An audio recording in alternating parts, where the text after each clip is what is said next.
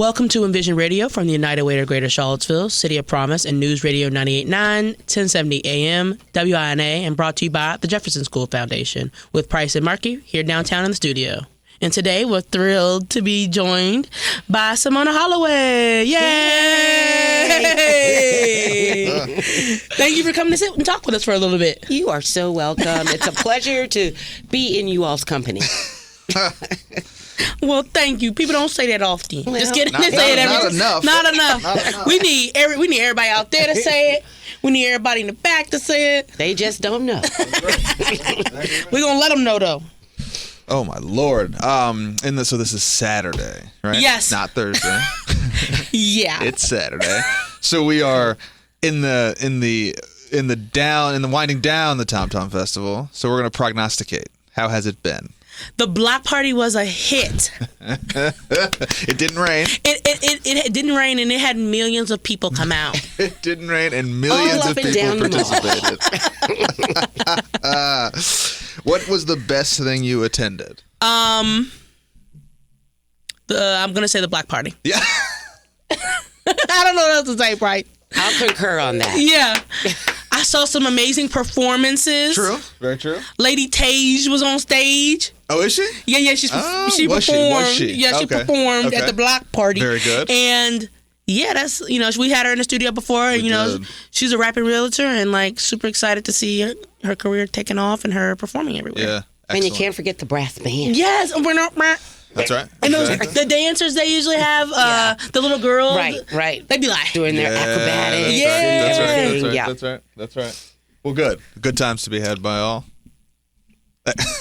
Hey, I'll see y'all again next year. That's exactly right. And another one in the books.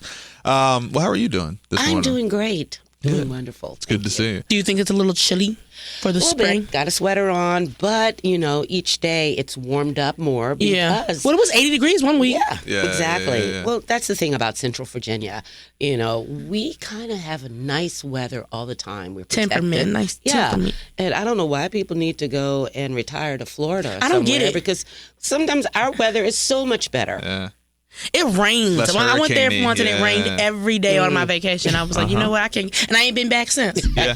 It put a bad taste in my mouth. Did you say that you thought it was fake spring? Yeah, I thought it was fake spring. You still think it's fake spring? It's literally 38 degrees outside. It is not 38 degrees outside. No. Go ahead. Oh, sorry. Yeah, come on. Yeah, go ahead. No. Let's fact check this live. It's 48 degrees. Yeah. I got up and I was at work at 7:30. It was 38. Oh, well, excuse me.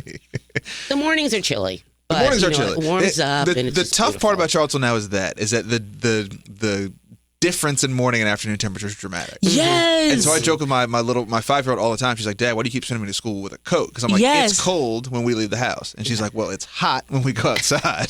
You know what the elders say? It's pneumonia weather. Well, Put a jacket on that baby. Yeah, Put some exactly. socks. The socks. Just Put them layer up socks on that and baby. layer as I the better day not see a baby out here with no That's jacket exactly on. right. Without no Yep. jacket.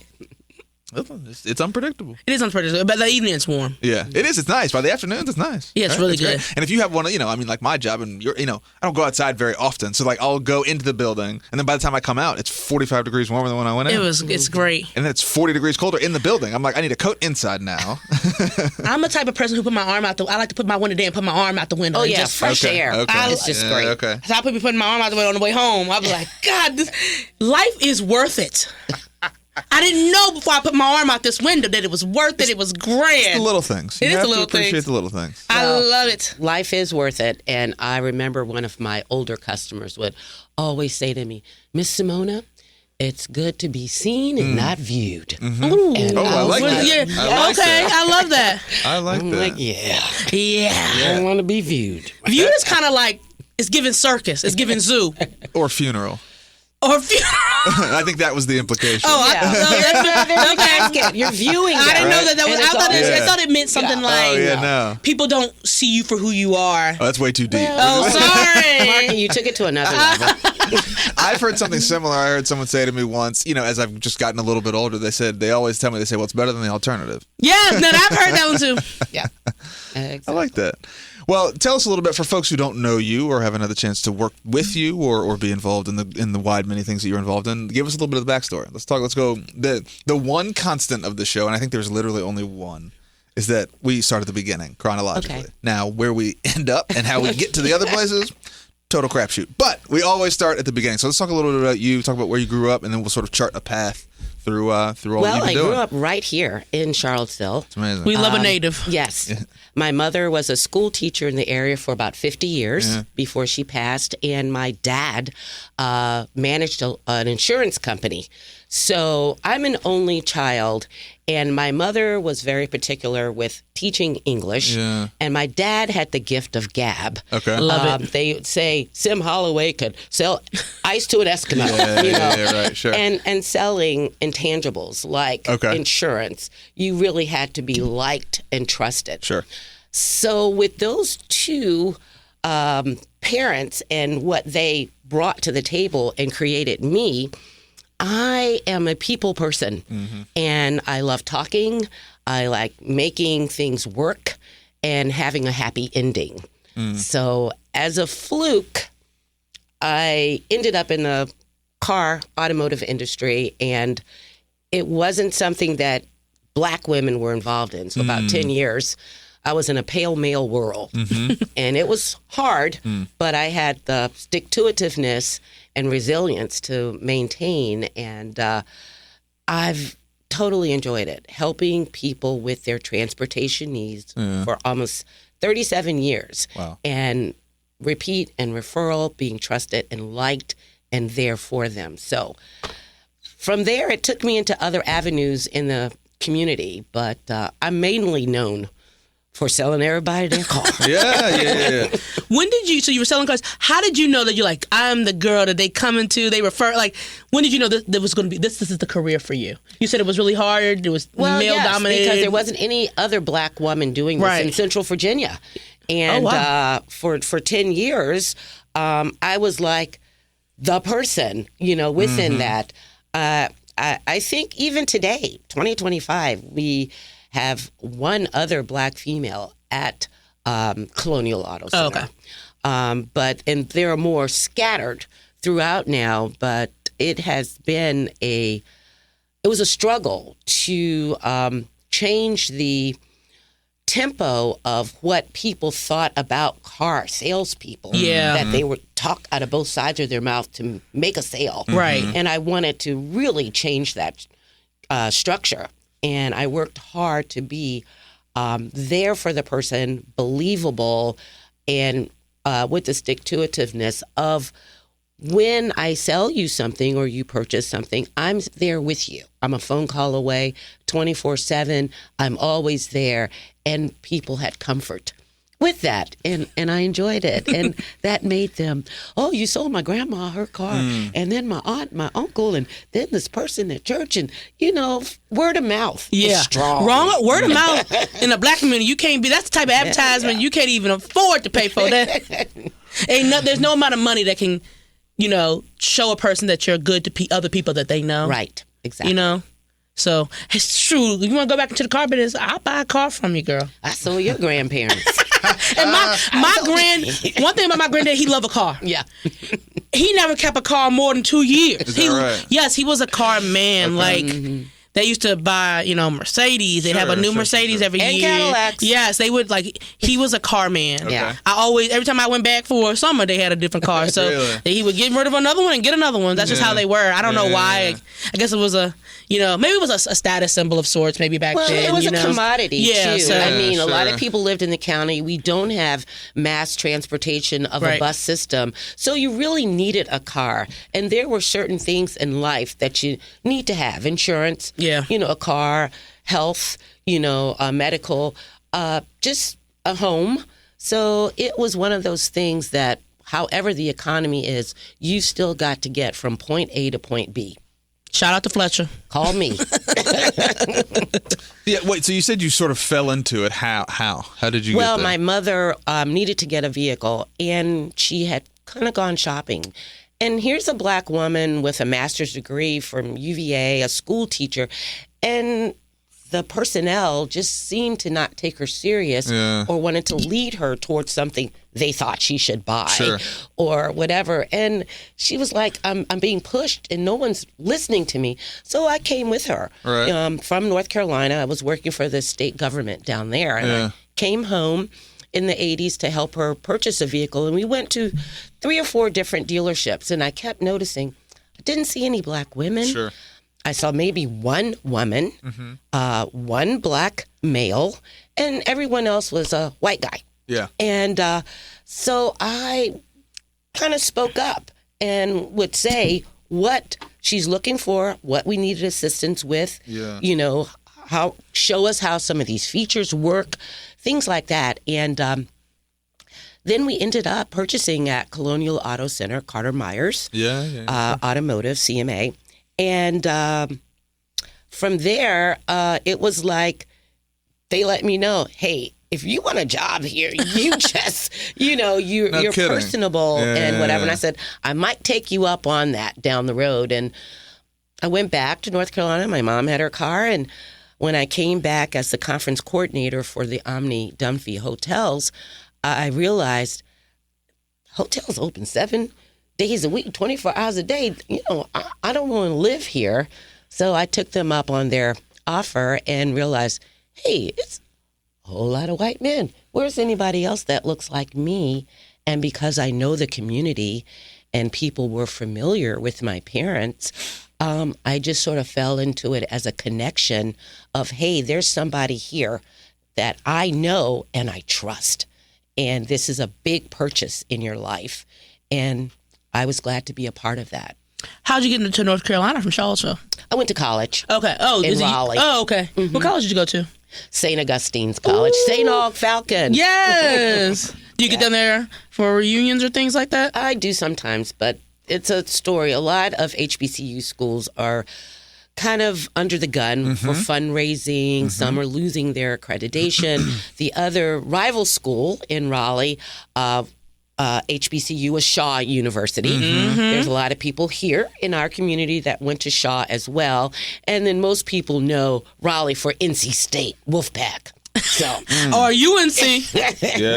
UNC is in Chapel Hill. Oh, okay. That's right outside of Raleigh. Okay. There were 7 colleges in Raleigh. That's a whole bunch. Yeah. Is that right? Capital city. 7? 7 How many colleges. do we got? We got a lot. In Charlottesville? Oh, no. Oh, okay. Charlottesville's Raleigh. Okay, I was thinking about North Carolina. Oh, no. 7 in Raleigh. I mean, the only other thing I can think about that would be like Boston or Philly, right? Because you go in Philly, you know, you got St. Joe's, you got Raleigh's Drexel, the capital of North right. Carolina. And I went down that way because my father was from Durham, North Carolina. Okay. And I have a lot of connections and roots down there. Yeah. They need you down there. You talking about fundraising? You can get down there. You could be the dean of development. You want to be the president? Not right now. I'm enjoying retirement.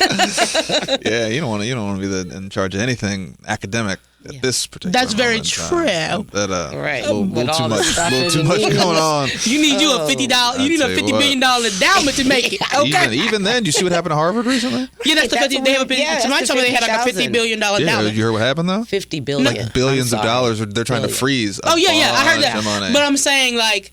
You need the money from That's the what people. I'm saying. But even the ones with the money, they're trying to take that too. You know. That's the oldest private school in the U.S. They said you got to tip into the endowment, like they say. It will not be creating cash each year how endowments do. Yeah. You need to be taking full scale dollars out the account. That's how it works. Yeah. To keep yourself afloat. Well, afloat is a wrong word, but like. Do you want the lights to be on tomorrow or not? Yeah, I know. Take the money and send it to the bill collectors and call it a day. I know. It is a time. So how was your time at St. Augustine's? It was great. You know, I left Charlottesville to go to the capital city of North Carolina, but then, as I said, I had roots close by in Greensboro and Durham. I enjoyed it. People came to that school from all over, and it was a nice change because growing up here, most of the people in my classes were white, especially if you're in accelerated classes. Yeah. And I used to kind of meander about all types of groups. You know, sometimes you're with the sports group. Sometimes you was in a rock band, weren't you? Sometimes you're with the people that hang out and skip class. And then sometimes you're with the preppy people, depending on how you're dressing. And so I had a great high school, I guess, and junior high life in mixing with a lot of people, but going to an HBCU college, it was like all black, and it was like, wow. What school did you go to in Charlottesville? I went to Charlottesville High School. Okay. Class of 77. I'll say that Lowe's. Give away my age. So it was a different experience going to an HBCU, coming from Charlottesville. Yeah. You know, it definitely was. But it's worth the experience. And I think, you know, you need to get out of Dodge sometimes. My youngest son grew up here, went to school, would see Price at church, you know, had a little crush on his sister. But anyway, he grew up here, graduated Charlottesville High, went to UVA, graduated UVA, and then one day he said, Mom, I got to get out of here. So he ended up doing Teach for America, and they sent him to Oklahoma City to teach high school algebra. Lord. But now he's in Arizona, but the whole point was, after a while, you just sometimes got to get out of Dodge. Yeah, that's, you know, there's an interesting, I'm interested in that theory, right? Because you left and came back. I left and came back. You still haven't quite left yet. I haven't gotten out of Dodge yet. But I'm interested do you feel like you want to? Because I felt like I did until I came back. And then I was like, oh. Right? I mean, I think seasons of life have so much to do with it. Like when I was in my early 20s and was overseas, I would have never imagined myself setting up shop here. Yeah. Right? I It was can the see last that. thing I wanted to do. I came back to basically go to New York or go to DC, or at the very least, I was going to go to like Richmond, right? And At the very least. Right. And then I married the girl I went to homecoming with. And but like, even at that point of like becoming what you would consider, quote unquote, like a real adult, it wasn't going to be here. Well, right? it's like clicking your heels 3 times in Dorothy, Wizard of Oz. There's no place like home. I mean, truly though, Yeah. and I think as you get older, you start to. I mean, I just think it's interesting. Like, did you feel like? Okay, so let me ask you this: when you left, you went to school. Were you going to come back? Like, or was it just sort of a couple things coalesced? But were you thinking like, okay, I'm done with school. I'm going to start my career. I'm going to do it at home, or were you planning on going somewhere else? I wanted to see what was down the road. I mean, growing up, we traveled a lot. I remember going to the World's Fair in the 1960s, you know, in Canada. And it, I loved seeing other places, but I always felt safe and comfortable back at home, you know, where you had grown up and knew the neighborhoods and the people for many, many, many years and their descendants and so forth. So I even lived in Houston for about a year. But it's just coming back home and picking up where you started. It's like, here's where you were born. Yeah, you never have to start from ground zero here. But let me ask you this. Is that good or bad? Right? Bad. I mean, I think it's a mixed bag. How? I think if you go away and you come back, people are always going to see you for the person you were when they knew you as a kid, right? Or even as an adult. High school, you're 18. I think it's hard to come back and say, I'm not that person anymore. I've done things that you don't know this. You don't know me now. You knew me then. It's hard to break out of the shell the box people place you in when you're living in your hometown. So I think a lot of people go away because they don't want to have to be the person that knows everybody or everybody knows them, and they can't be different. And they always have to. The path seems created for you when you're in your hometown. People expect you to do this, and if you don't do that, people looking at you funny, and now you got connections to figure out. But when you're in a new city, nobody cares who you are and what you did and where you're from. You get to start at ground zero. You get to make up every piece of who you are in the way that you want to see yourself, and it's hard to do that when you're in your hometown. But if you like who you are, I know, but I do mean like in a sense of like I've done something different now, and when I was there, I liked crab cakes, and now I went to somewhere else and I don't eat crab cakes here. They're like, well, you grew up on crab cakes. So what you mean, you too good for your grandma crab? And it's like, no, I'm a different person. I mean in the growing sense. I'm in a growing sense that sometimes you're frozen in people's minds. And you get stagnant. Yes. And you're in that box. And it's like, this is not me. Yes. And it's I've grown. a little I don't mean harder change sometimes when you come back home to change the perception that people may have had of you.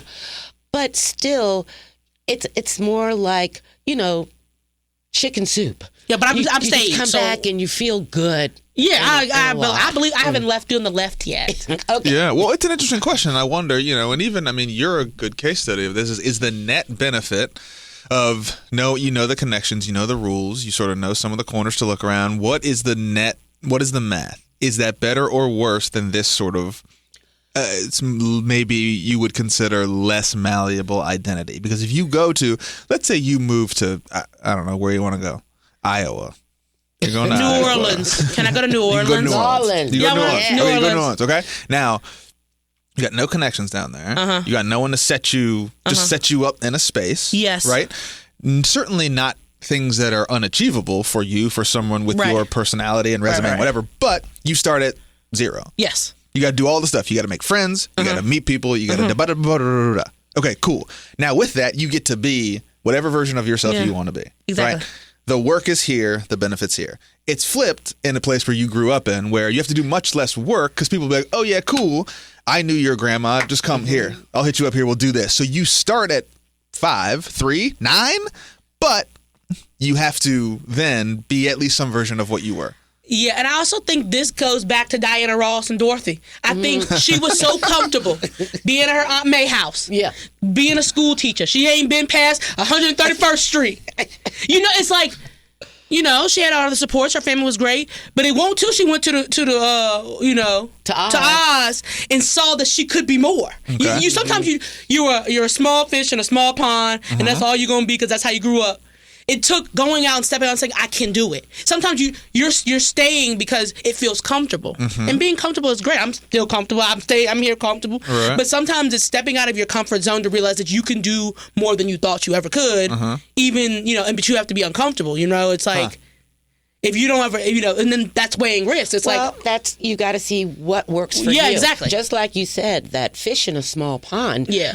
I have people that my college roommate, she has a place in Florida. She's from Philadelphia, lives in Jersey, also has another place in California. Right. And She got the keeps bug. saying, Simona, you need to be in a big city. Yeah. You are so much more than that. I said, girl, I would rather be a fish in a small pond than a guppy in the ocean. I would get lost. right. I think it's just, and I'm saying these things as just a reflection of, like, I'm a person who decided that the risk didn't outweigh the reward of being home with my family. Sure. But who knows? Like, I think you do need to get away sometimes with the idea that you'll be back. Yeah. But if you never do that, you'll never know. Yeah, I think a lot of people, I just find it interesting because I think we have this kind of social convention of, I think we like romanticize leaving home. Oh, absolutely. Right? Absolutely. And I think what's It's a interesting rite about of passage. it is, but I think what's interesting you about can't trick Charlottesville, me. particularly for your kids and even my sisters, are like, my sister grew up here and went to UVA, but she mentioned a bunch of times, she was like, I'll never see you, huh? Yes. It's like, right? She's like, I'm still in my own world over here, right? That's how I felt too. Right. We have this feeling of like we have to put geographical space in between things for it to feel like it's different. But I think what's interesting in particular is, like, you find that, again, season of life matters a lot, right? Like, in an era with having young kids, like being close to all of the grandparents. Exactly. You couldn't move me. Like, it would take an act of Congress to move me, right? Just because the way I things need the are set whole up. Treasury Department. Listen, before I go. yeah, like the number on the check would have to be really, really, really, really big, right? Don't sell yourself short. You can get the check. But that's not but to be fair, like, and we're 9 years apart. Like, that wasn't the same 9 years ago when I was living in the Middle East playing sport. Like, so I think that we don't talk about it with regards to season of life. We talk about it either like you got to go or not. Yes. Not as like things change as you change. Yeah. Like, you do have that period where you're like, I got to get out of here. I want to be my own person. But then you start to realize, like, if it hasn't hit and I'm living in Brooklyn, there's nothing wrong with making a way for myself either back home or closer to home or but near even to when da-da-da-da. people move to larger cities, you find, take New York, for example, you kind of stay in your borough. You then you just you're remake in the your Bronx, little... Now you're never gonna leave you're that in home. Brooklyn, and that becomes your little home. Sure, But yes, sure. maybe you are in a large metropolitan area, but the same way you were saying, Price, we are here, but we've got a little bit of everything. I mean, when you go somewhere, traffic isn't that bad. You park at the restaurant. Yeah, There's that's tons to That's the best part. Let me To tell you. choose That's the from. best part, the parking. Yes. Every time I go to DC, I'm disgusted. Oh, I am so disgusted. stressed out. We I'm don't so stressed out. realize those little things that we have in our community that is what people are looking for. Yeah. And it's right here under our nose. We can take vacations. You can travel Yeah, all over exactly. the world. That's right. I That's want to right. come back to a safety net of comfort. Yep, that's exactly it. That we should do Yeah. this. If you are just tapping in, this is Envision Radio from the 90 Wave Greater Charlottesville and City of Promise News Radio 98.9, 1070 AM WINA. Price Markey here with Simona Holloway, and a big thanks to sponsor, friend of the program, the Jefferson School Foundation, proud owner of the Jefferson School City Center, where education, innovation, and community engagement come together to build a brighter future. So, okay, cool. So, work. Nearly 40 years. When did you retire? I retired in December of 2022. All right, so what's been keeping you busy? Oh, well, let's see. I have a business that I started, ReU. Okay. Revive, Renew, Redo, ReU. Yeah. And ReU is sort of an acronym for reevaluate yourself. Okay. So I like to help women look at themselves, feel a little more confident, look at things they've purchased in their wardrobe. They were traveling, they saw something on sale, something they thought matched an item at home. The salesperson says, "Oh, it's the last one. You better get it." Whatever the way. We as women have lots of stuff in our closets that we don't wear and use, but we bought them, we own them. So my goal was to help you save time, money, and frustration by showing you how to shop in your closet and find those things that you have. Let's see why you're not wearing them. Give you a little more confidence in yourself when you step out the door to whatever you're doing. So revive, renew, redo, ReU. That's sustainability right there. I have such a hard time. I'm a person that like sees a thing, don't know how I'm gonna wear that thing, and I buy it. And I so every 6 months I have to like throw stuff. Do you do the coat hanger thing? What is a coat hanger thing? That if you have, you put all the clothes you have worn facing one way. Sorry, haven't worn facing one way. When you wear them, you flip the hanger, and so No, then I after a did- period of time, you see which hangers haven't that's so flipped. good. Or So you're like, all write right, I'm that just down gonna in the put- back. After you wear it, you put it in the back row. Okay. And then everything moves forward, and you sort of, I have so recycle. many I have not. I would say even 3 things I haven't worn in 3 or 4 or 5 years. But the thing is, every time I look at it as an individual, then I go back. I'm like, well, And knowing how to just I know I'm going to use that pair of clogs. Yeah, sure. That one, there is some instance, one That's- moment, right, when I it could can be. Yeah, feel that's right. that I'm going to That's need right. it. Well, also, a lot of people look at, these are my winter clothes. Yes. These are my summer That's clothes. yeah. But you can mix and match, because a pop of color from the summer, you put it with something that might be a winter wool jacket, and you've got that wonderful fuchsia on something that you wear in the summer that brightens up your winter. So it's all about stretching what you have and knowing how to blend it and make it work. Are you a person that are you looking in these people's closets? Yes. Like, how does that work? Yeah, I come to you. Okay. So we're going to look at what things you currently wear. Okay. Everybody's got go-to stuff. Right. That every time they get up, they're going to throw that If same you could take a similar picture type. of me every day for a month, I could bet you that I wore the same shirt or 5 or 6 shirts. that are similar in style. Yes. Because The they're whole comfortable time. Actually buy stuff in different to colors. you. I'm Yeah, just me like, all right, too. just give me the- So I was like, I'm never gonna get to those other things. But I'm gonna because I'm help gonna you always have step on this type out of of- shirt. I'm not adventuring out of that. I'm Come going on. to help you Yeah, step yeah. out of the box, because you rely on what's comfortable to you and how you look in that. So you just, without thinking, that's what you grab all Yes. the time. But this takes a little bit more effort. Yeah. To just see. Are people ever sad because they're why. like, you're like, well, you haven't worn it in 5 years. Are you really gonna wear it? And is it like a But I want to help you wear it instead of giving it away. And then in your mind, I purchased that, I've had it, and then I just gave it away. I didn't get anything out of it. I never wore it. I didn't get any money in return for it.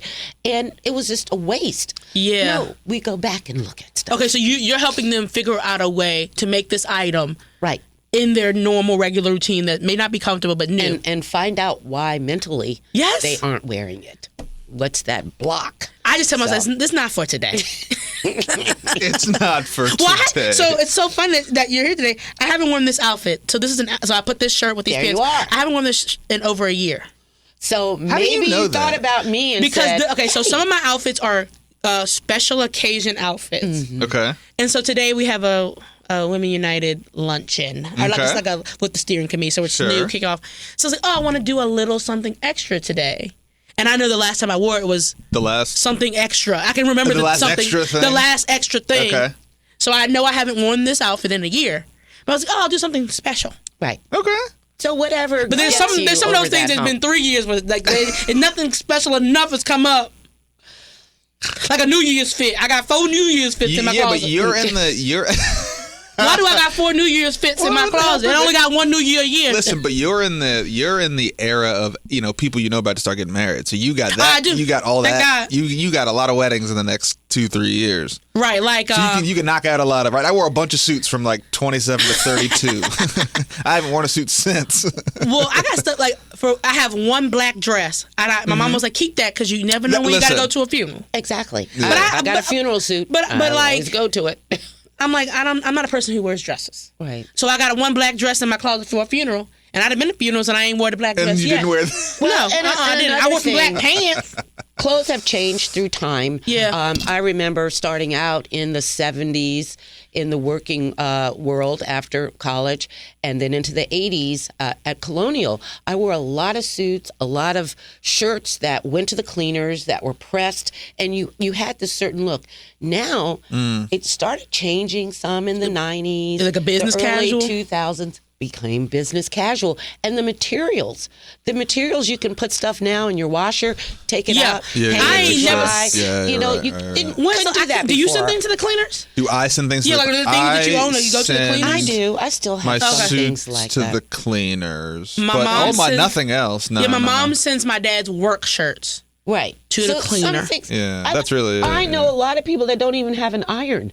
I mean, we I don't used got to an have iron. the ironing board. I got up one. on the iron. I got like a steamer thing. Yeah. I don't got no iron or no Right. steamer. Exactly. I ain't iron nothing. You know, back in the day, you couldn't- ironed everything. That's I remember crazy. growing. I mean, I House remember growing pressed, up. Like not part pressed. of the morning That's was crazy. like, my parents are I ironing just gotta go stuff. out there and wring it yeah. out of. Yeah. Oh yeah. Because that's a lot of time. I feel like people want their time back. Well, But to her points well taken is that the experience of work is very different. First of all, Yes. most people, maybe not most people, but a high percentage of people are not even going to work. That's very true. they're Hybrid. working from home. Right. So Yeah. So I'm not ironing. I'm When not I- even wearing pants. Y'all do not want Like, to. you know what I'm saying? literally no. When I'm at home, I'm in my nightgown. 1,000%. 1,000%. I didn't even put no clothes on that day. Yeah. And leisure, comfortable clothes have grown now. Yeah. I mean, there are so Leisure many wear things is so to in. choose from to just be more relaxed. And they've sort of comfortable. transitioned into business clothes, right? Like you never saw people wearing like suit jackets and T-shirts But people 20 do that years now. ago. But that's the thing, right? So like you're right. Is that like all this stuff is kind of woven together, whereby there's less demarcation between like this is work, this is Correct. casual, this is relaxed. It's all kind of. I mean, Will Blends. Ferrell was out there wearing suits with shorts. That's very true. Only thing I would say is that like when people say business casual, the one thing I don't like is when people put on jeans because it doesn't seem business casual to me. Interesting. What is business casual? Khaki. It's a khaki. Like chino. That's a word I learned in the last 5 like- years. I think. Well- I think clothing is such a huge statement. It said something. I think about like the idea that people they stopped allowing. They had dress codes at clubs, and those things were being used to keep people out. So when I think about clothing, I'm like, oh, it's really not even about who. Like it's like I can't wear something that someone else would wear if that's about your body shape, if that's about your color. You know, like. So that's why I'd rather just say everybody wear the same thing. Them girls who they got school clothes. Everybody got the same thing. It's because like, I think it's a lot of subjectiveness of what people consider work appropriate. And so that's why I'm like, well, nobody should be this is wearing why no jeans. But I love then. this conversation. Okay, so let's talk about this, and let's talk about this. We have this sort of multi-generational thing here. Right. What for both of you, like, what is like workplace? Let's take out the polls, the things that we're clearly like, okay, that's ridiculous, right? But like, I think there's a lot in the middle, right? And especially for a lot of us who do like office jobs. I think about this a lot. Of like, I always laugh when people like show up to office jobs. Like, I laugh when bankers show up to office jobs in suits. I'm like, why did y'all do that? You don't see anybody. I think people during should the be day. in khakis. I think you can't. Look, here's what I'm saying. You can wear whatever you want. If you want to feel all gassed up and powerful and wear a 3-piece suit and a Windsor knot, do that. But do not tell me I'm coming to a meeting or coming to a job where all my meetings are virtual, dressed uncomfortably. Right. Yeah. That's crazy to me. I believe in comfort. But I think your point's well taken, is that clothing is such like it's just such a signal, It's and a we make symbol all of these sorts. assumptions about people based on Yes, what they wear. You can't wear you a wife beater to the club no more. They started talking about you need dress shoes. Remember, they was Well, trying to. some places you have to have a collar. Yeah, you're right. Yeah, that's right. That's but right. but I think those things came out of a ways of segregation. Like, people were wearing just about anything before, but now that I know that you wear those, it's like those rules. Like, you can't wear Jordans. Those things are racial markers, so that you can discriminate against people based on clothing. And so that's why I feel very passionate about, like, when we're talking about clothing and what it means for somebody to wear something and for somebody else to wear the same thing, and those people are being viewed differently. That's why I'd rather just everybody wear the same thing. I don't know. I grew up in the church. And you could not go to church no pants. not dressed. Yeah. I mean, Yeah, sure. My aunt said Sunday she couldn't best. wear pants. Right. Yeah. Sure. You know, my I'm mom crazy. had gloves that would match her outfit and a little purse and a hat. hat. You put on a hat for Easter? So that was Sunday, Sure. how you looked. But today, as we're talking about how things have changed, it's not like maybe some people didn't come to church because they didn't have the clothing. I was thinking the same. I was to said look that somebody like too. that. So ministers were starting to say, just come as you are. People say 'cause come we as you want are now. at church. Sure. So their jeans, their Yes. T-shirts, Yeah. you know. You need to make it accessible to people. You're casual, but you're in church. Yeah, you're And trying to get people there, right? The big picture was coming. Don't not come because you don't have anything to wear. So if a restaurant tells you got to wear a collar, you don't want my business. Like, it's like, why I'm giving you this. I think Does that's cash true, have right? value? How is it less valuable? How is my cash less valuable because I don't have a collared shirt? Well, because it's a branding exercise, right? It's like a certain type of person dines here. Yes. So you understand how, in fact, this could become racialized when a certain kind of diner is supposed to be here, a certain kind of a member is supposed to be. I think, so like, that's why I feel like clothes are so like. What do you think about it in the context of like workplace attire? So what do you think about it in the context of I sometimes think that people are wearing things that I couldn't get away with. People are wearing things, but why not? I think we subconsciously don't think some people should be in those clothes. So I'm a plus size girl.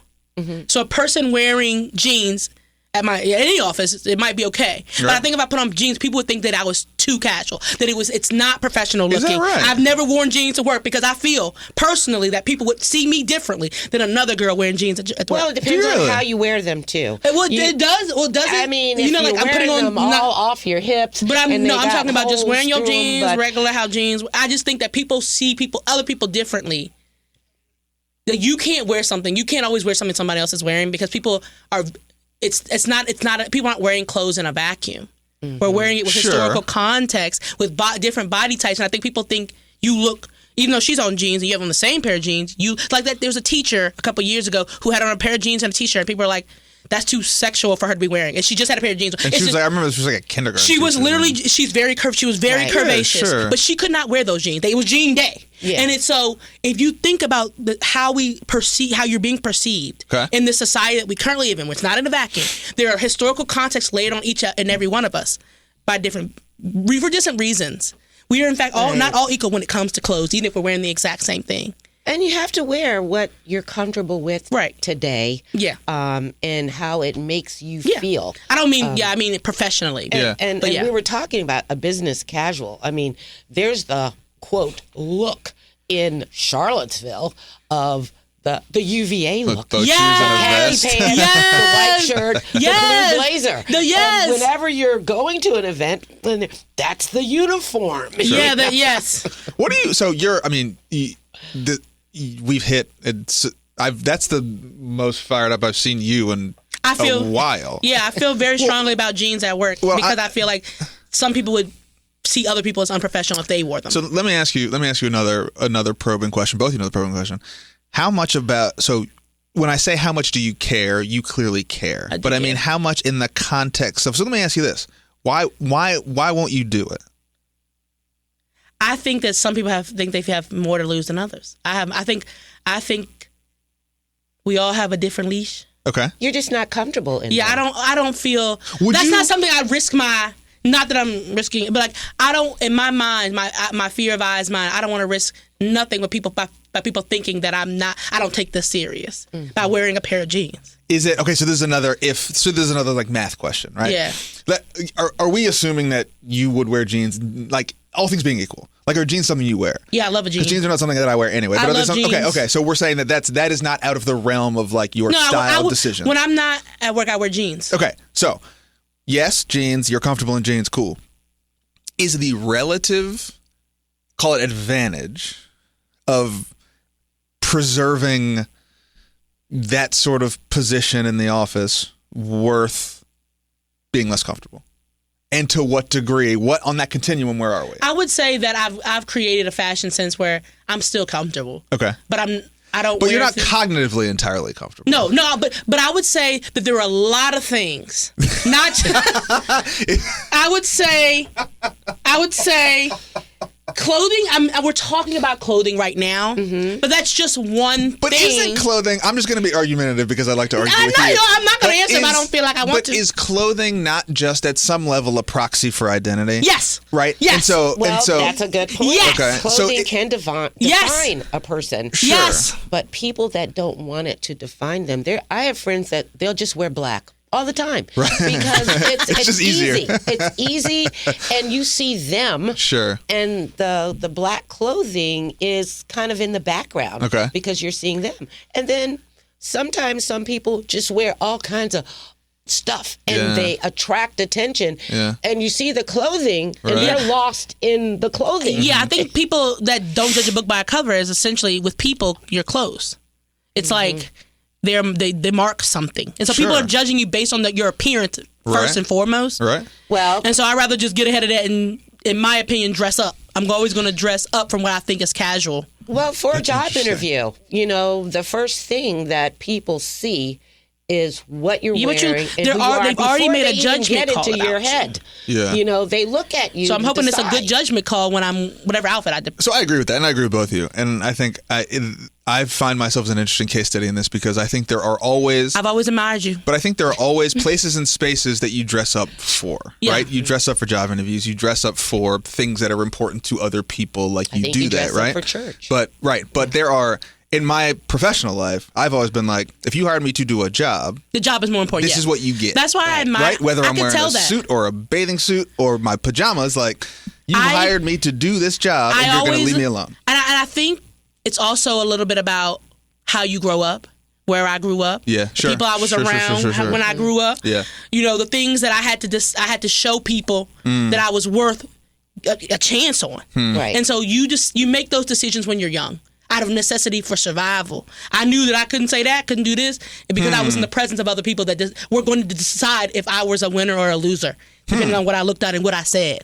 And so I, know it coming from Orange County, that's where I'm from, it's like, oh, well, I need to be doing you just do things you don't want to do because that's how you get ahead. Well, I'm going to sort of move into a subject on what you're saying about clothing that we're talking about. Yeah. And Price, how you said, I'm going to do my job. I love that about him. So in the automotive industry and car sales, I sell Cadillacs is one of the brands among other brands.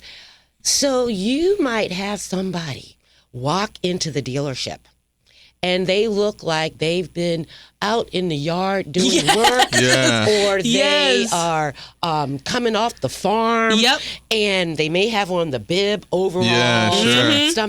You ain't thinking about selling them your most expensive car. Of those people, you might work with in sales, would say, I'm not going to talk to them because they probably can't buy nothing. Exactly. That's how I think people are. But I would always greet and talk to everybody. Sure. You don't know Maybe people's because I'm a circumstance. minority, I didn't want people to judge me. Yes, based the on book your own by opinion. the cover.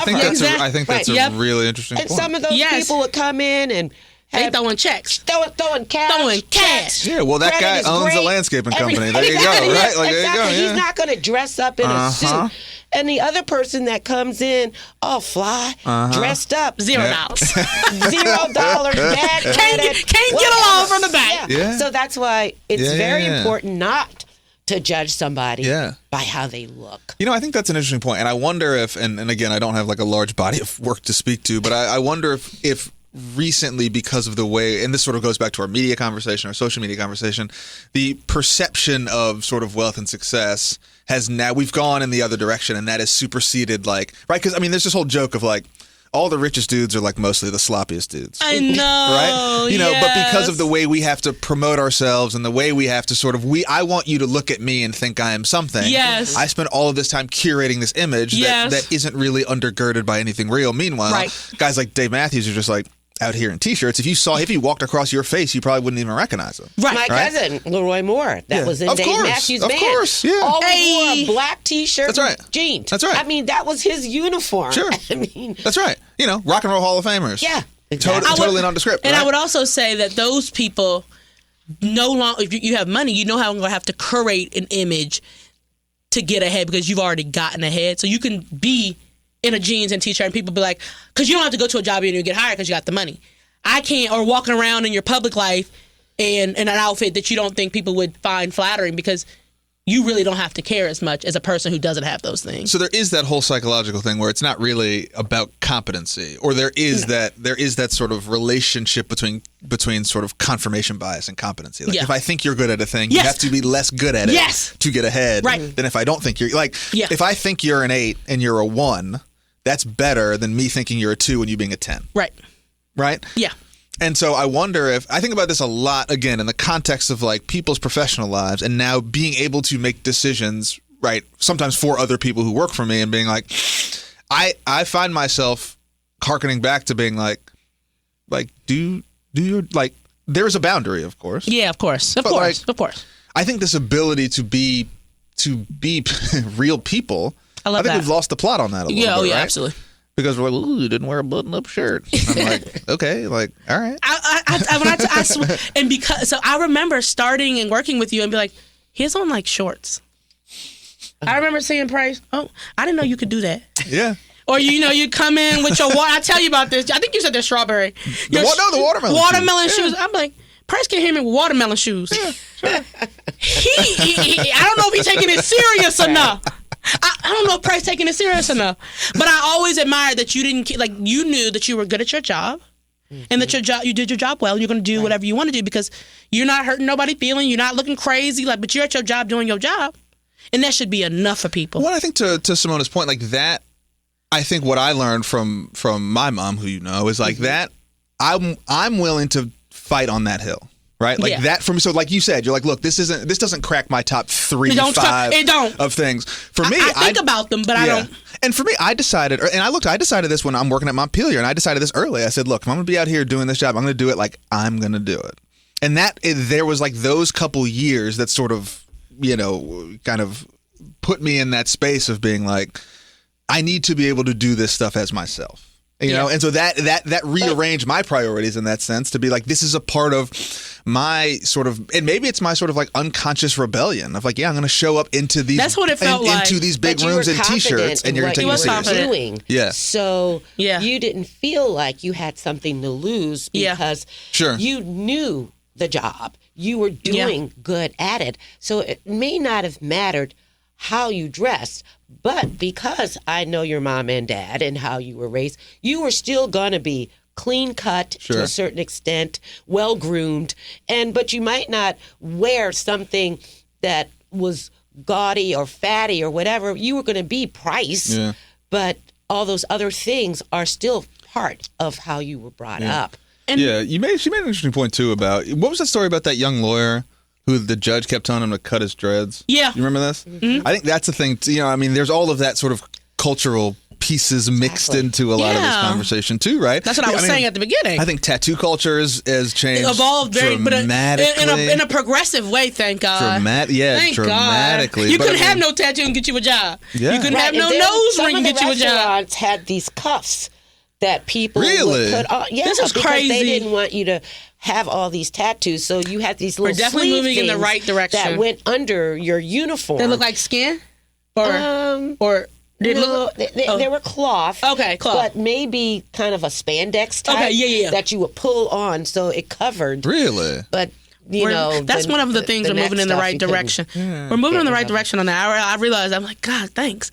You should be able to get you a job with some tattoos. I don't understand this. This is crazy. I think so. Somebody told me I couldn't Clearly. get a job with a nose ring, but I was in college. You know, when you're in college, you're rebellious. That's all changed again now. Yeah. I mean, So I everybody's was like- got this little. I was like, I don't care. ring in their nose. I was like, I don't care. I'm gonna get a nose ring. Yeah, sure. When I And was there it young, is. I see it. Yeah. thank you. I was young and I didn't give a crap. Yeah. Take me back. That's right. Yeah, right. Like simpler times, right? I know. How did you get into fashion?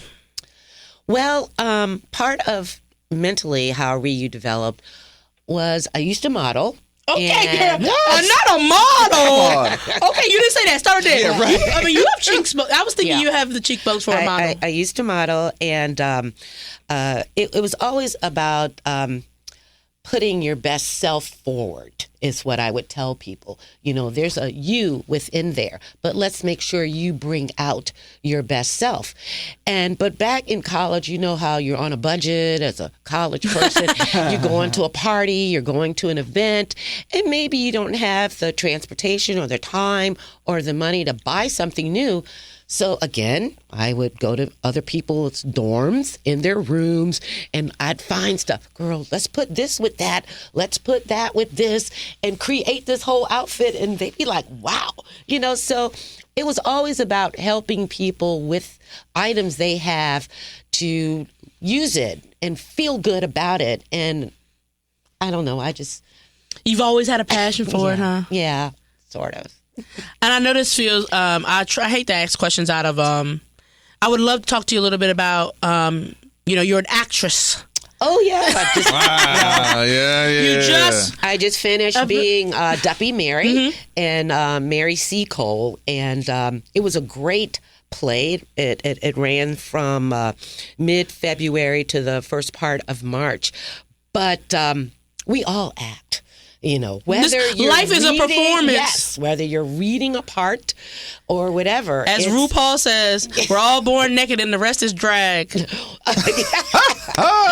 did. That's his main line. And I always remember a movie I watched maybe back in the 70s, and Roy Schneider, and he hit his face in the morning. It was, I think, all that jazz. It's showtime. Exactly. Before he went out the door, because he was, it's showtime. But I enjoyed it. I was a little apprehensive on some of the monologue that my character had, because I was like, that's not me. I would not say that, That's acting. That's showbiz, baby. Right. I don't believe in any of these lines. Yeah, so I had to get into the character, and once I did, the performance went well in my head and to the audience, but it was that apprehension of, that's Simona really wouldn't say that. But I wasn't Simona. Yeah, I was right. Mary, so That's right. hey, I could. What made you decide to get on stage? Well, when Winter was young, you with your kids, you get them all involved in different things. Jamez was in a lot of sports. Winter somehow gravitated towards the acting, and at 9, he was in the live arts production of A Raisin in the Sun. Oh. And going to the rehearsals and watching that, I got on the board there. So I was on the board there for about 5 years or so. And we're around people, how they enjoyed. You're at your job, and then you could come there in the evenings and bring out an inner self of you and be on the stage and do stuff. And it just was enlightening. So I did in 2008 Doubt. Okay. I was the character that Viola Davis played in the movie with Meryl Streep, the mother of the little boy that was supposedly taken with the preacher. I mean, the priest had his way with him. But so I did that, and it's been a while, and they contacted me about this particular part that they thought might be a hook to get me back on stage, and it worked. Do you plan to? Are you envisioning yourself more on the stage? Do you feel like you found a home there? Well, live arts has always been kind of considered a home from being involved there for about 20 years. Mm-hmm. But I'm not sure. As they say, if the right part comes along. Discuss it with my agent. I got a chance to see it, and I loved it. I love seeing you in it. Thank you. I thought everybody did great. Right. Cadessa's my cousin, so Right now, I'm also, for almost 3 years now, they're running that commercial for Belvedere. For like a healthy center? aging. Yeah. So I'm at the grocery store. Hey, don't I see you on TV? Is that you? And it's been kind of fun. You're famous. But the whole thing is, I'm like, does it make you want to join the center? Do you see That's how exactly there's right. a part there You're like, for is it- you? how's the and it's marketing about work? healthy aging. yeah. Yeah. So, That is yeah. fun. So what's next, right? You're I mean, obviously staying incredibly busy and incredibly active in the community and in a variety of things. I mean, or what is, at what point are you what do you, I mean, are you finding time to, it seems like all this stuff really energizes you. Is that, I was going to say you finding time to have fun, but it seems like this is also your fun. It is. I mean, when you enjoy doing something, you have fun doing it. Yeah. And just meeting people in all walks of life, all ages, all economic systems, Yeah. that I just find a connection everywhere there. I have 4 grandchildren who are very busy. Yeah. 22, 19, 17, and 13. Wow. 2 boys, 2 girls. And I learn a lot from them. Yeah. They have a drive. They're good academically. They definitely excel in sports. In fact, my grandson recently did a 50-mile run Good Lord. through Shenandoah Valley. He Wow. was the only black and the youngest. Wow. But he had to have drive and determination, and his parents there, clapping and Sure. helping him, eating the right foods, things like that. My granddaughter's on a travel soccer team, Yeah. and she does volleyball.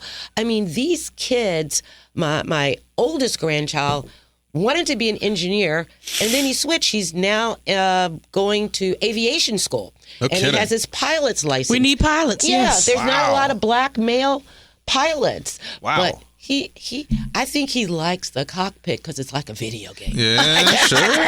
We need to keep these planes in the air. Yes. Yeah. But anyway, they keep me busy with their different sports, and then I also have another small business I may not go into, but it's on the downtown mall. You're a businesswoman, an entrepreneur. What? Hidden Leaf. Yeah. Did you know that you wanted to be an entrepreneur? Well, I studied business management in school. Oh, okay, I knew cool. I wanted to do something with business, but speaking of entrepreneurship, Marky, in school now, even at UVA, they have classes that they teach Sure. entrepreneurship. Sure. So before, you always went to school to work for a big Somebody business. else. IBM, be this, do that. You're going to Consultant. work for a company. Yes. But now they're teaching you Yeah. if you have ideas. I did the CIC program, to do my other business. It's like within you can be the business. You can Yeah, be. You are sure. the Find business. your passion. Yeah. Yes, you are the business. So, I mean, you really don't have to go to college to be successful. It's plenty of successful people that didn't go. I think that's a really interesting point, particularly for your grandkids, but even more so for kids like my kids' age, what happens in the next 10 to 12 years, Right. particularly with the cost of higher education, right? I mean, to go, I remember even I've been out of college for 15 years, even in that amount of time, the price of William Mary's doubled, probably, Oh, yeah. right? So, In-state school has always been cheaper. Yeah, and even though the but- cheap option is $45,000, Right. right? Like I remember when we were coming out, when I was coming out, that like 50,000 threshold was like that was unfathomable. Now was unfathomable that's to sort of you? like Exactly. yeah, like that was high. Okay. So like William Mary in-state tuition at William Mary, whatever it was like the whole kit and caboodle was like under 20 in-state. Okay. Right? Okay. The GWs of the world, the Georgetowns, that kind of thing, Yeah. were in the 45s and the 50s, and that's where that was. Okay. But they in hooked the you with early the student 2000s. loans that you're always going to have to pay back forever. Yeah, sure. But as And again, like, okay, you pay for the Georgetown thing, fine. But even now, it's moved so that now the big state schools are in that 35, 45 UVA cost range. me an arm and a leg. Yeah. I'm over here hobbling. I know you can't see me. Yeah. I don't got no arm or no leg. But So what happens? And I guess it's the question of like, is the value there, right? And to your point, I think we're when we meeting have, the middles on that. Like almost, do maybe you not think worth it's it. gonna swing back? Like, is it a bubble that has to burst? I Yeah. mean, obviously at some point, but like Yeah. in the near future, or is it the kind of thing that's going to keep escalating? We're saying, well, you just got to pay $100,000 a year to go to Cornell now. Well, I think we're from a generation that said you had to go to college or you can't get you a job that's right. going to be and worth it doesn't anything. guarantee you. Right, but a they didn't. I job don't think now. they told. I don't know if that was made clear to me. It wasn't. I think it was like you're gonna go to college and you're gonna get a good job, and if you want a good job, you have to go to college, right? Exactly. Not that The I'm gonna get circle. to the college and then there may not be a job for you. I thought we was all getting jobs. Well, depending on what you majored in, Right. too. So then, I think that there is a point where it's like maybe. I think there's a lot of deferment to community colleges, and after there's rules about 2 years there with a certain amount of GPA, you save yourself $50,000. And transfer to that 4-year So accredited I school. think a lot of people are deciding that they can opt for a lifestyle that's not being $70,000 in debt. Yeah, that sounds. And like a so better we're not going to idea. do all 4 there. Yeah, sure. We're still going to be alumni. We're still going to get down into the school somehow, but we're not going to go straight there because the cost is exorbitant. And then eventually it'll be like, I'm not going to spend my 2 years. It's too expensive to spend my 2 years. But a good business idea and learning how to hone in on that is sometimes a wonderful alternative. But yes, you go to college if you are able to, but you don't have to study engineering or, Right. education. You might want to learn how to create your own business. So you learn the skills to do the books and the accounting and the ideas and the marketing and those things so that you could be successful. I mean, that lady that created the Spanx, you know what I'm saying? That was a business idea. That's everywhere. Yeah. I mean, we all love them. I mean, I think funnily enough, this puts us back in that space of like, you get a job based on the credential that you get from Yep. paying for the thing. Like Yep. that UVA degree, I don't know if it was worth what you paid for it, but it was certainly worth something, It was definitely worth something. right? Because that's the It was signal worth someone said, everything to me. she went to UVA, right? And so I think that's another interesting thing too, And from a you job too. market standpoint, of course, Yeah. right? I talk about this all the time. They're Right. like that, what it says on that degree Matters something. has changed the trajectory of my career. Absolutely. For no real reason. absolutely. I don't even know if I'm good at that stuff, but Oh, people gave me absolutely. chances to now learn stuff that now I Yeah, lean they on gave me experience. chances. People but at gave the me chances to beginning- learn stuff because it said that. Because it said that, right? And it got your foot in the door. That's A right. lot It's of really That's just right. the foot in the door. Especially in this community. That's exactly if right. You have that over your head. Winter enjoys that same thing that you all have of having, his degree from there. Sure. Yeah. But it also got him involved in other things. You did soccer. He did lacrosse. Yeah, sure. I mean, and then you had the community, which you were away from home and you had your own community there. Yeah, right. That's right. Yeah, I you wouldn't know, change nothing. Right. It was worth that. It was worth that much. No, I just think it's an interesting conversation that, Yeah. that we've talked about, and particularly for, I think there's all this leveling effect of like, and we've posed this question to a bunch of people, but like you have this, like you talked about this HBCU experience, which is people always talk about as like a very rich cultural experience. My mom went to an HBCU, Right. like, versus the, go to UVA, go to Wayne Mary, go to Harvard, go to Penn, what is the value of those experiences, right? For a adolescent, right? For a person who's coming of age, right? You're saying, I'm going to go to Howard, I'm going to go to Yale. Like what, how do you measure those things? Because they offer two very different things on the back end, and I think this is a very interesting thought experiment, particularly for a lot of our kids who are like, a lot of our kids who grow up in areas where they are not often around a significant amount of people that look like them. What is the value of going to a place where that is what it is versus you got that piece of paper that says Columbia on it? That means a lot to a lot of people for a different reason. That's my thought experiment for the day. Well, I think we should take it with us. Hold that tight. Hold that tight. Right. What else? What's next? What else you got going on? And then we'll get you out of here on time.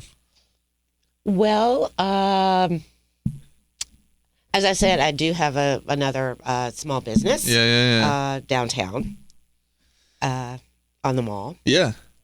and it's sort of up and coming with things and helping people. And many doctors are finding that edibles and gummies help with arthritis and pain and sleep. So it's not as uncommon Sure. as it has been in the past. So again, all walks of life, Yeah. all ages over 21. Sure. I'm helping with that. And then, with the community, there's different areas that you touch upon. As you mentioned, Marky, with Women United, we give out scholarships. We're helping people that have businesses, have funding for that. And we look at how you can help people give back in their community and their connections and their passions that they have. So I just sort of jump around because I enjoy life. Hopefully rest is in there. Is rest in there? When it gets dark, I'm usually in bed by 11 o'clock news. That's late. Well, 11? 11 late. Lord, child. Oh, no, I'm watching the news at 11. I've got to watch the different comic relief guys that come on with their talk show. And then I'm up at 7 to check out Gail King or, whomever. So happy she came back from space. I was about to say, Gail's having a moment right now. An astronaut. Gail's going through it right now. That was great, that all-women group. So just, I want to know what happened while I was asleep. So I wake up and watch the news at 7 and then sort of get my day going and how I can make an impact somewhere with something. I think that's a good thing to wake up. How do I make an impact today? Yeah. Sure. Thank you, Simona, so much for stopping in with us, having a chat. All things you and all things Charlottesville, and we really appreciate you coming in today. Well, I appreciate being asked, and I've looked at all the different people that you all have interviewed in the past, and what a great variety and personalities in our community. You all are finding people that are just bringing enlightenment to us, and I enjoy it. And you're laid back, you're personable, you have great conversations, and you bring out stuff in people, and you're not so formal. Yeah. It's been fun. It's been a fun, I don't know that I ever thought it would get here, but I'm glad it did. We're here. We made it! Another episode. Every episode I'm just grateful we could get to Another, what is that, 165 perfectly scripted episodes? 160, I think it might be 67 or something. Perfectly done. And I love mistakes. coming here. Jackie was a customer. I sold several people that work for WINA Radio.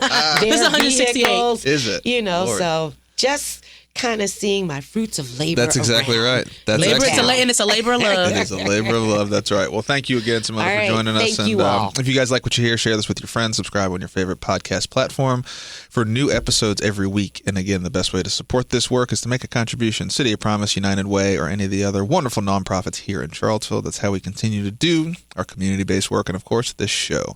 Big thanks again to our sponsor, the Jefferson School Foundation, for their support. The proud owner of the Jefferson School City Center, where education, innovation, and community engagement come together to build a brighter future. For Simona and Marky, this is Price. We'll see you next week. Peace.